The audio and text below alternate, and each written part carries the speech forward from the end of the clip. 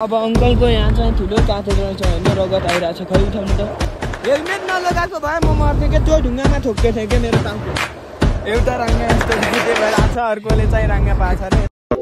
So guys अहिले चाहिँ हामी टक्क लाएर यो द्वालको जरामा आछौँ हैन। यहाँ चाहिँ अलि बाटो बिग्रेको छ, त्यसैले बाटो बिग्रेको छ र अब हामी चाहिँ यहाँ केदारलाई अब हिँडालेर ब्याग सिंगल सिंगल निकाल्ने विचार गरेछौँ। त्यही हो, अब ढोरपाटनमा चाहिँ हाम्रो आफन्त मर्नु भएको छ अरे हैन, त्यही भएर जान लागेको यति राति। अब बिहान जाने भनेको हाम्रो अङ्कलले फेरि मान्नु भएन, एकदम पर्दाखेरि सम्झिने हो हैन, मर्नु भएको छ रे हाम्रो भाउ। त्यही भएर हामी इमर्जेन्सी हिँडेको। अब त्यही भएर कसैले गाह्रो पिरो नमान्नु, बुढीहरू रिसान भएकोलाई उसको राम्रो होला। तर हामी आफ्नो मान्छे मरेको भएर त्यहाँ चाहिँ हामी गयौँ, तर केही छैन। सरी भन्नु त। सरी यार, हामी चाहिँ आफ्नो मान्छे। सरी यार बुढी, हामी आफ्नो मान्छे। अभिनय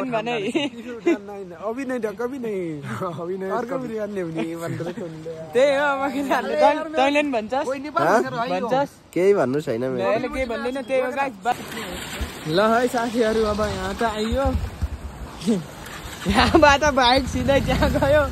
म त्यहाँ गएर त्यो ढुङ्गामा यस्तो अतर्यो नि, तर यो हेलमेटले चाहिँ बचाइदियो होइन। अनि मलाई चाहिँ यहाँ हातमा चोट लागेको छ, यहाँ नमजाले यहाँ यो कम्मरमा लास्टै ठुलो दुखिरहेछ होइन। अङ्कल त अब सकुशलै हुनुहुन्छ के अरे, ब्यागले त मलाई चापेको थियो, मैले चलाइरहेको थिएँ। यसमा आउँदा बित्तिकै झ्याप्पै स्टार्ट बन्द भइहाल्थ्यो। अब दुईजना बसेको, अङ्कल यता ढकमा किन्नु भयो, साथै गइदियो क्या। गयो भनेको धन्दा बाँच्यो यार।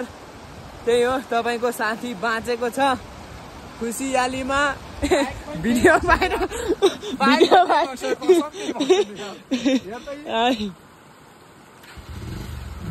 ब्याग किन भएको छैन होइन। यो यताको छोड्नु त, यो निस्किरहेको छ यताको, उयो उतो हातले। त्यो निस्किरहेको छ यार साथीहरू। कालको मुखदेखि बाँच्छु होइन।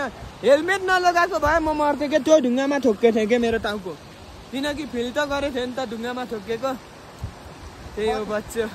Thank God, bye bye. यदि बाँचेपछि अर्कोचोटि भेटौँला है त। फाइनल्ली साथीहरू हामीले चाहिँ ब्यागलाई निकालिसक्यौँ होइन। तर अब अङ्कलको यहाँ चाहिँ ठुलो क्याथेड्रल छ होइन, रगत आइरहेछ। खै उठाउनु त।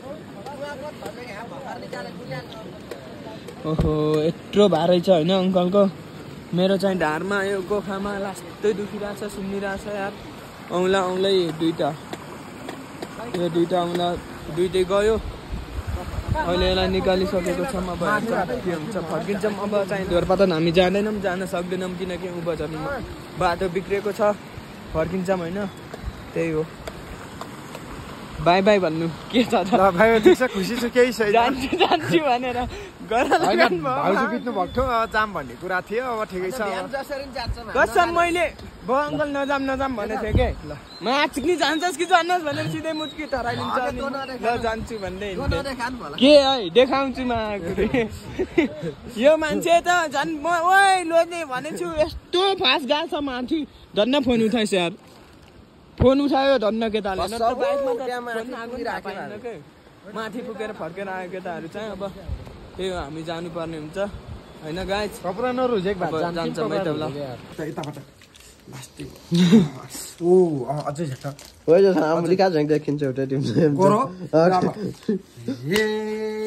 ओ पानाको पसल, ओइ मेरो छैन दिलमा बसल, ओइ मेरो छैन दिलमा बसल। बलद निस्केको गाइस।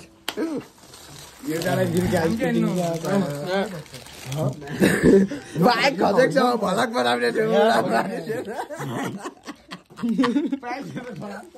यो एउटा त यो त भलक बनाउने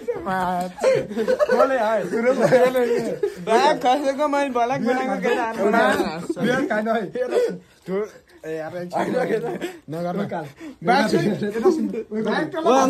यो पिरमा कसम मैले बियर नखाम के प्लिज उचाल्ला भन्दाखेरि एकैटा लास्ट त्यही हो गाइस। अब चाहिँ हामी आइसक्यौँ। अब गीत बन्दैछ होइन। पछि मैले अब यहाँ प्रवीणकोमा आइसक्यौँ भने घर जानलाई धेरै टाइम छैन मेरो चाहिँ। मैले त बाइक त यसरी चलाएर आएको छु क्या। यो कलर्स त मैले यसरी समातिरहेको छु यसरी, किनकि यो हातलाई दुइटैमा असर परिरहेछ, यत्रो सुन्निरहेछ होइन। यहाँ कम्मर पनि लास्टै यहाँनिर लास्टै ठोक्केछ। हेलमेट नलगाए भए म मर्थेँ होला। ठिक छ, अब यहाँसम्म आइएपछि अब घर पनि राम्रैसँग पुगिन्छ। सो हे गाइज अहिले चाहिँ हामी घरमा आइसकेको छौँ होइन। आज चाहिँ हाम्रो भैँसीले चाहिँ राङ्गा पाछ अरे के। एउटा राङ्गा यस्तो घाइते भएर आएको छ, अर्कोले चाहिँ राङ्गा पाछ अरे। यस्तो हेर्न जान्छौँ है त। यो गोठतिर अलि मोबाइलको लायक मतिर फोकस भएर ऊ भएको छैन होला। के छ ल यार हो बब्बाल पारै छ है हाम्रो भैँसीले। यहाँ ऊ चाहिँ रोक्नु चाहिँ बाहिर भाइले रहेछन्।